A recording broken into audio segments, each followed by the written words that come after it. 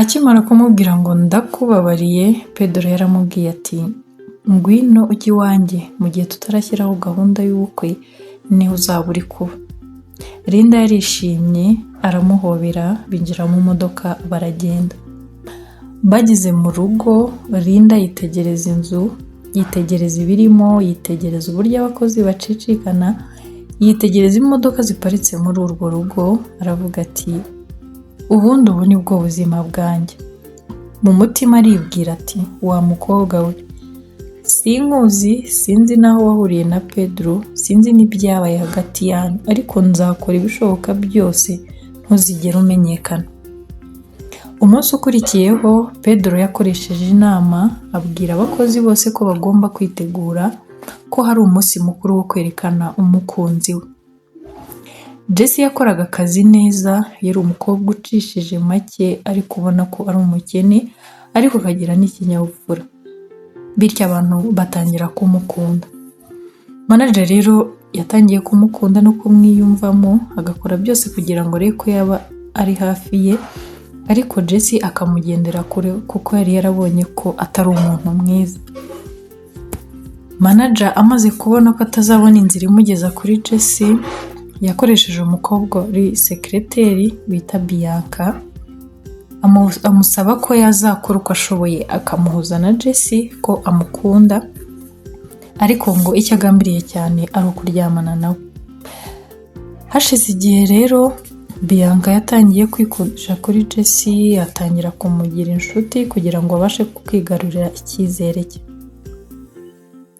Hashize igihe Bianca abwira Jessie ati Jessie, tumaze igihe dufite akazi kenshi cyane nawe urabizi, ndagira ngo ejo tuzajyane dusohokane hanyuma tujye kuruhuka mu mutwe dusangire. Jessie yarabyemeye, hanyuma Bianca nawe yahise abibwira manager nawe atangira gutegura uko bizagenda. Ku mugoroba Bianca yaje kureba Jessie, amusanga mu cyumba aho yararaga, amubwira ko yaraje kumureba kugira ngo bagende.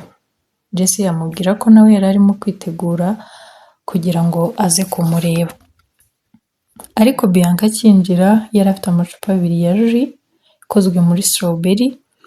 Icupa rimwe arihereza Jessie, aramubwira ati inywa kano kaji mbere y'uko tugende nta nyota dufite.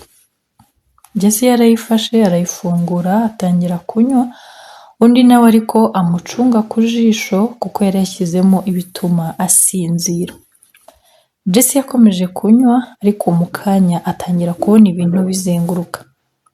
Yatangiye kumva umutwe umuriye, hanyuma abaza Bianca ati niki kibaye, undi nawe yigira nkaho ntacyo azi.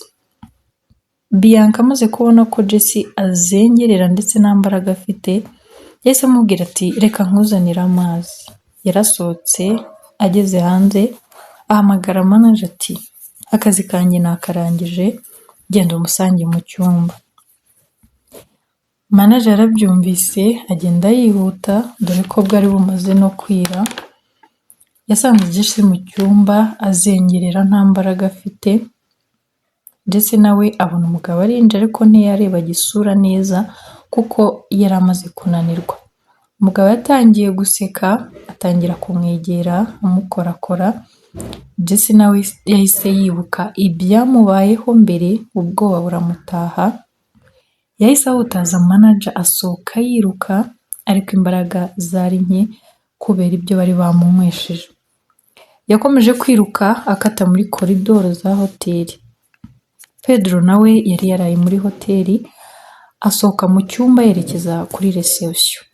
Akimanuka agiye kubona abona Jessie anyuzeho yiruka asa naho arimo guhunga. Undi nawe yahise amanuka yihuta amuturuka imbere, ariko ko Jessie yari amaze kunanirwa yahise amugwa mu gituza. Manager abonye uko bigenze yahise asubira inyuma yihuta, ariko Pedro ntiyamubona. Pedro yateruye Jessie amutwara mu cyumba aramuryamisha, ahamagara muganga umuvura, araza hanyuma aramuvura, amubwira ko Jessie yanyoye ibiyobyabwenge akaba ariyo mpamvu ameze gutyo, ariko nyuma y'amasaha bimaze kumushiramo araza gukira. Pedro yarumiwe yibaza impamvu Jesse akoresha ibiyobyabwenge biramushobera. Yakomeje kumwitegereza aho yari aryamye, hanyuma aribwira mu mutima ati wa mukobwa we urinde. Iteka iyo nkugeze iruhande numva nsa nkaho nkuzi.